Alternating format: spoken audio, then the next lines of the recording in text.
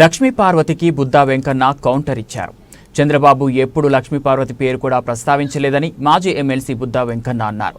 శనివారం ఎన్టీఆర్ వర్ధంతి కార్యక్రమంలో ఆయన మాట్లాడారు. ఎన్టీఆర్ కుటుంబ సభ్యురాలని చెప్పుకుంటే టీడీపీలో ఎందుకు ఉండలేదు అని ప్రశ్నించారు. టీడీపీని భూస్థాపితం చేయాలని చూసిన జగన్ పార్టీలో చేరి ఎందుకు దూషిస్తున్నారన్నారు.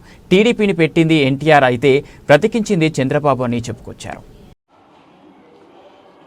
చరిత్ర కందని మహాపురుషుడు స్వర్గీయ నందమూరి తారక రామారావు గారు ఆయన స్థాపించిన తెలుగుదేశం పార్టీలో అనేక మంది బడుగు బలహీన వర్గాలకు చెందినటువంటి నాయకులు ఈ ఉమ్మడి ఆంధ్రప్రదేశ్లో కానివ్వండి, ఈ రాష్ట్రంలో కానివ్వండి, ఆయన ఏదైతే ఆయనకి సినిమా హీరోగా ఉన్నప్పుడు నేల టికెట్ నుంచి ఫుల్ అయ్యేదో ఆ నేల టికెట్ కొనుక్కునే వాళ్ళు ఎక్కువ బడుగు బలహీన వర్గాలకు చెందినటువంటి వ్యక్తులు, వాళ్ళకి రాజకీయ అవకాశం కల్పించాలనే పార్టీని స్థాపించి ఆ రోజు నుంచి ఈ రోజు వరకు చంద్రబాబు నాయుడు గారి నాయకత్వం వరకు తెలుగుదేశం పార్టీకి బడుగు బలహీన వర్గాలే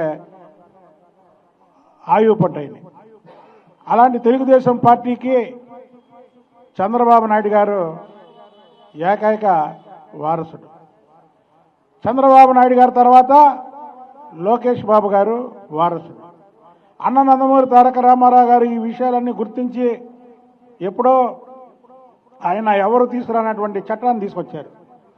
స్త్రీలకి సమాన హక్కు అంటే మనకి నలుగురు పిల్లలుంటే ఆడ మగ పిల్లలుంటే మగాళ్ళకి ఏది చేస్తామో ఆడవాళ్ళకు కూడా అదే జరుగుతుందని సమాన హక్కు కల్పించారు. ఇవాళ నారా చంద్రబాబు నాయుడు గారు ఆయన అల్లుడు అవ్వచ్చు, లేదా నారా లోకేష్ బాబు గారు కూతురు కుమారుడు అవ్వచ్చు, ఇవన్నీ గ్రహించే సమాన హక్కు అన్నాడు. అంటే ఈ తెలుగుదేశం పార్టీ వారసుడు చంద్రబాబు నాయుడు గారు, తర్వాత లోకేష్ బాబు గారు, అందులో ఎటువంటి సందేహం లేదు. ఇంకొక విషయం చెప్తా. ఇవాళ ఉదయం లక్ష్మీ పార్వతి ఎన్టీఆర్ ఘాటి దగ్గర మహిళలను కూడా చూడకుండా మమ్మల్ని తెలుగుదేశం వాళ్ళు కించపరుస్తున్నారు అన్నారు. నేను ఎన్టీఆర్ కుటుంబ సభ్యురాలని అయినా సరే నన్ను చంద్రబాబు నాయుడు గారు కించపరుస్తున్నారు అన్నాడు.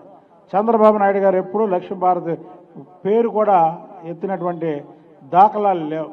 నువ్వు అంతా ఎన్టీ రామారావు గారి కుటుంబ సభ్యురాలు అయితే ఎన్టీ రామారావు గారు స్థాపించినటువంటి తెలుగుదేశం పార్టీని భూస్థాపితం చేయాలన్నటువంటి జగన్మోహన్ రెడ్డితో చేయి కలిపి చంద్రబాబు నాయుడు గారి మీద ఎన్నో మాట్లాడావు నువ్వు.